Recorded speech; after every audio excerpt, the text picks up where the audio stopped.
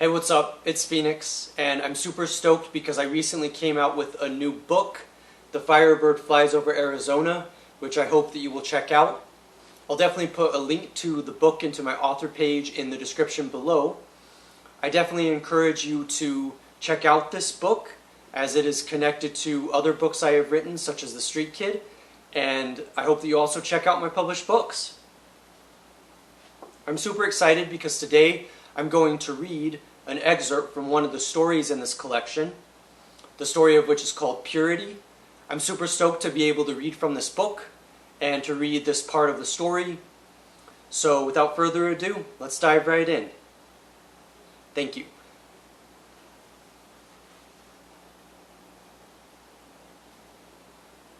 Truth always came to the Rain Boy in the most unexpected places.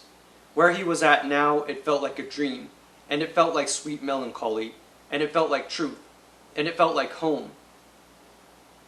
It felt like something he'd perhaps never understand, because what was there for the Rain Boy to understand when it was clear, it was purity he sought, it was love he sought, it was goodness, kindness, that he craved more than anything.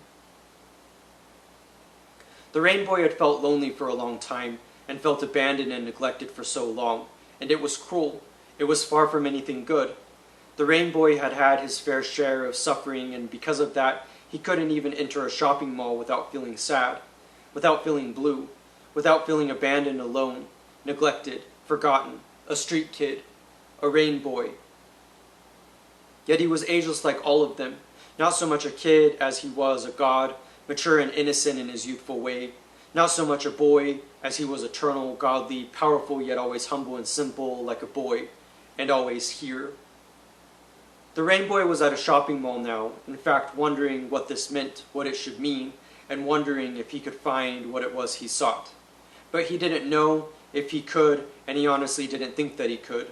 It was too hard, in all honesty. It was just too hard. One could say this was a sob story, but it was a true story nonetheless. The Rain Boy felt abandoned.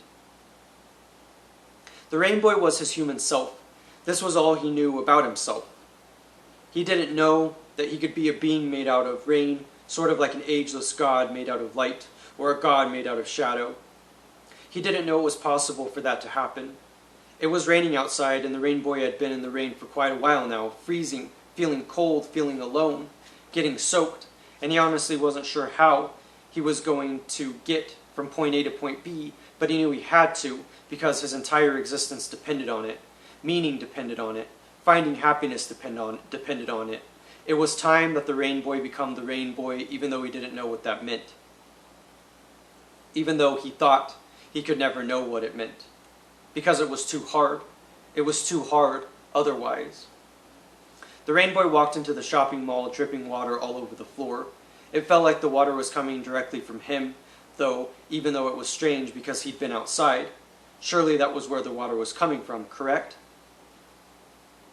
That was the logical explanation, and yet the water seemed to exude from, in all honesty, directly from the Rain Boy. That was what it felt like.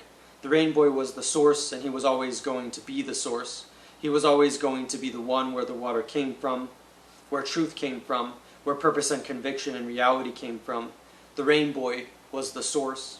"I'm sad," the Rain Boy said, as he looked around at all the stuff in the building, all the clothes, the nice watches, the jewelry, the handbags and purses, everything all lined up for happy people to buy and make their own. "I wish it would go away." Indeed, the Rain Boy was tired of being out in the rain. He was tired of feeling abandoned, and he wanted someone to be with him. He wanted someone to care for him. As for who, he didn't know or care, as long as it was someone compassionate. But no one came. No one ever did, because no one cared. No one was here for the Rain Boy. So the Rain Boy continued to walk through the building, feeling himself cold, so very hurt, so very wounded, the water falling out of him and spilling all onto the ground, soaking everything, soaking it all. And it was sad, but it was exactly what the Rain Boy could do, because in all honesty, what else could he do but simply be the Rain Boy?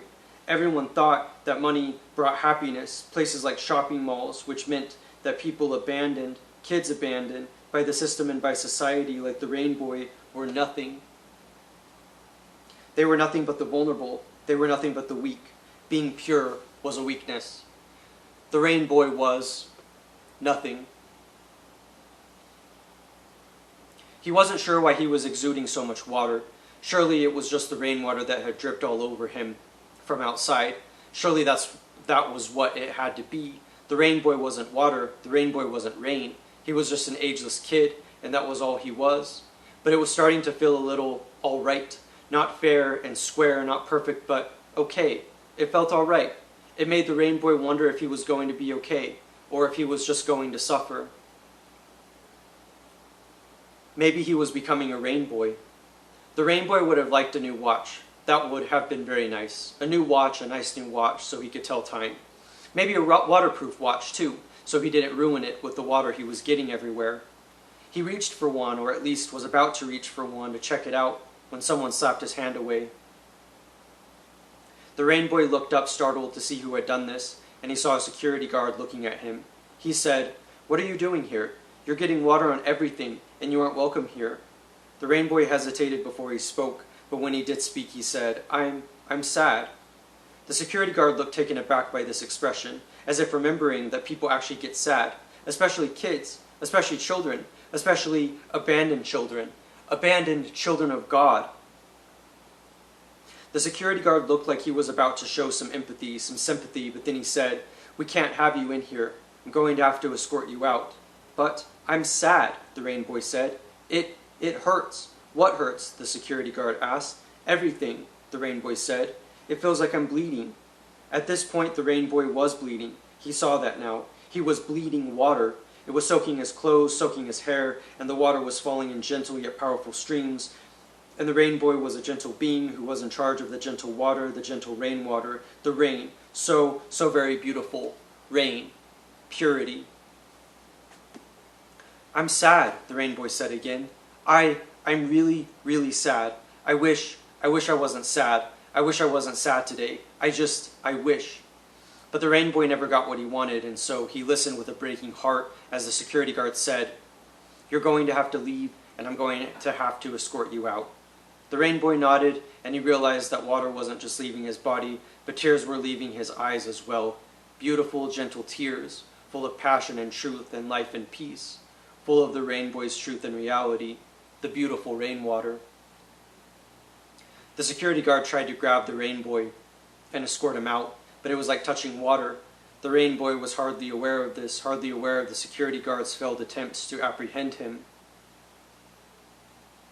All he was aware of was that he was soaking the floor, pouring water everywhere, as if he'd just been outside, where there was rain everywhere, dripping upon everything and drenching everything and making it all wet. The rain boy was soaked, and it felt good, the water. It felt good. Right. So the rain boy, not knowing what to expect or what to think or what to want and need and crave, just followed the security guard outside and was pushed gently by the guard into the falling rain. When this happened, he transformed. He became nothing but rainwater, a being, a body, but made out of water. But the transition wasn't immediately apparent. In fact, if you weren't looking, you wouldn't have even noticed. The rain boy, who was sad and gentle, gently sad, gently melancholic and longing for a home, and to not feel abandoned, looked at the security guard, who noticed the transition with dawning comprehension and said, "Wow, amazing." The rain boy didn't know what the security guard was talking about, just let himself drop more rain. And it was beautiful, and it was amazing, and the rain boy felt happy that he was a part of the rain, a part of nature, even though he couldn't prove this with 100% certainty. But the rain was coming both from the sky and from the rain boy. This had to be true. "I'm sad," the rain boy said again, and the security guard looked carefully at the rain boy and said, "I'm sorry, kid. I'd help you if I could. I'm not such a kid." The guard went back inside, didn't bother to say, "Stay out." Didn't bother to say anything else, because it was apparent. The rain boy wasn't allowed back in, because he was rain, because he was fluid, because he was beautiful, because he was purity. The rain boy walked deeper into the rain, looked up at the storm clouds, saw lightning in the distance, heard thunder, and felt nothing but rain. The rain came from him. He didn't have a choice in the matter. The rain was its own thing, but the rain also came from the rain boy. Somehow, the rain boy was in control. He didn't know how. He was just aware that something had changed, that something was different now, that he was made out of rain, And this made the Rain Boy happy, even though he felt sad. This made the Rain Boy happy because he knew he was becoming who he was. He was finally becoming the rain, becoming the Rain Boy. Thank you for listening, and I hope that you'll check out this book, and I hope that you'll check out some of my other books. Thank you for stopping by, and yeah, I will see you next time.